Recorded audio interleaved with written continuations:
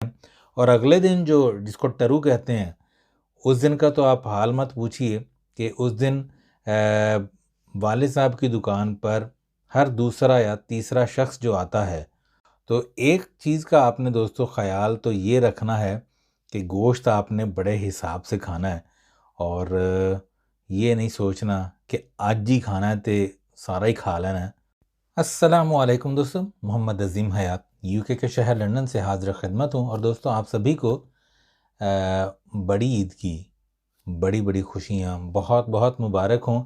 میری طرف سے، میرے اہل خانہ کی طرف سے آپ سبھی کو، آپ کے گھر والوں کو عید کی خوشیاں جو ہیں وہ بہت بہت مبارک ہوں۔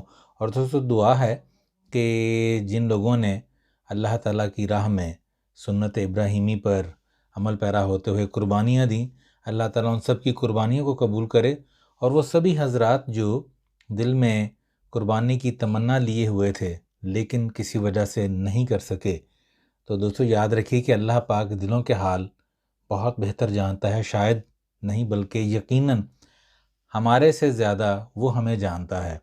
اور اگر ہمارے دل میں اس طرح کی کوئی تمنا تھی، کوئی خواہش تھی، اور سچی خواہش تھی لیکن کسی مجبوری کی وجہ سے پوری نہیں ہو سکی، تو اللہ تعالیٰ نیتیں جانتا ہے، اللہ تعالیٰ قبول کرے گا، بلکہ اس کا اجر دے گا انشاءاللہ۔ اور دعا ہے کہ اگلے سال ان ساتھیوں کو بھی اللہ تعالیٰ دعا قبول کرے اور وہ قربانی دے سکیں۔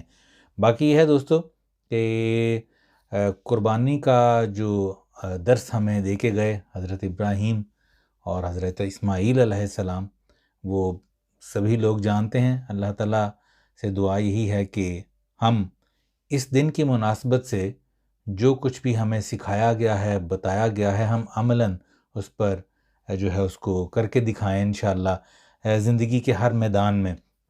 باقی یہ ہے ایک چھوٹا سا پیغام عید کی مبارک کے ساتھ یہ بھی ہے دوستو کہ عید قربان ہے، اور گھروں میں بھی گوشت کافی ہوگا، اور رشتہ داروں سے، عزیز و اقربا سے بھی کافی گوشت آئے گا۔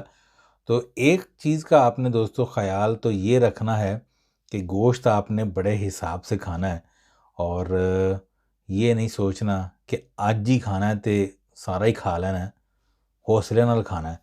اس کی وجہ ہے کہ میں آپ کو دوستو یہ بتاتا ہوں کہ میرے والد صاحب جو ہیں وہ میڈیکل سٹور جو ہے وہ الحمدللہ چلاتے ہیں، تو بڑی عید کے پہلے دن جو ہے رات کو جو ہیں وہ نتیجے اعلان آنے شروع ہو جاتے ہیں، نتیجے نکلنے شروع ہو جاتے ہیں۔ جس طرح الیکشن کے آتے ہیں نا رزلٹ، تو کوئی 8-9 بجے 10 بجے کے قریب رزلٹ آؤٹ ہونا شروع ہو جاتے ہیں، اور یہاں تک کہ میڈیکل سٹور جب بند بھی ہو تو والد صاحب کو لوگ جو ہیں گھر کی گھنٹیاں دے دے کے جو ہیں وہ ادویات کا پوچھ رہے ہوتے ہیں۔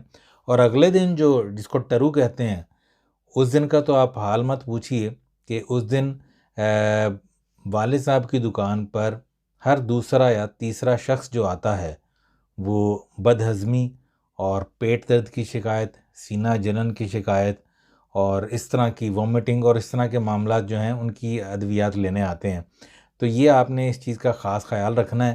اور دوستو اس چیز کے علاوہ بھی یہ بھی کہ جو لوگ ضرورت مند ہیں، جو مستحق ہیں، جو اس چیز کو زیادہ ڈیزرو کرتے ہیں، ان تک زیادہ سے زیادہ یہ گوشت پہنچائیے۔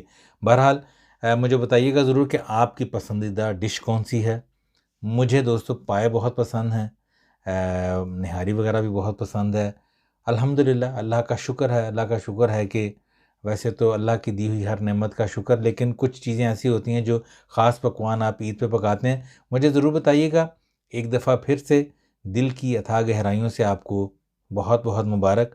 اپنا بہت سا خیال رکھیے گا، اور مجھے بھی اپنی دعاؤں میں یاد رکھیے گا۔ اللہ پاک اپنے پیارے حبیب صلی اللہ علیہ وآلہ وسلم کے صدقے ہم سب پر اپنی رحمتوں کا خاص نزول کرے، وطن عزیز پاکستان کو اپنی امان میں رکھے۔ جو جہاں جہاں یہ ویڈیو دیکھ رہا ہے، سب کا بھلا، سب کی خیر۔ مجھے اجازت دیجیے، اور انشاءاللہ میں کوشش کروں گا کہ کچھ اور عید کے مناظر جو ہیں کھانے وغیرہ کے، وہ میں آپ کے ساتھ آج یا کل ضرور شیئر کروں گا۔ السلام علیکم۔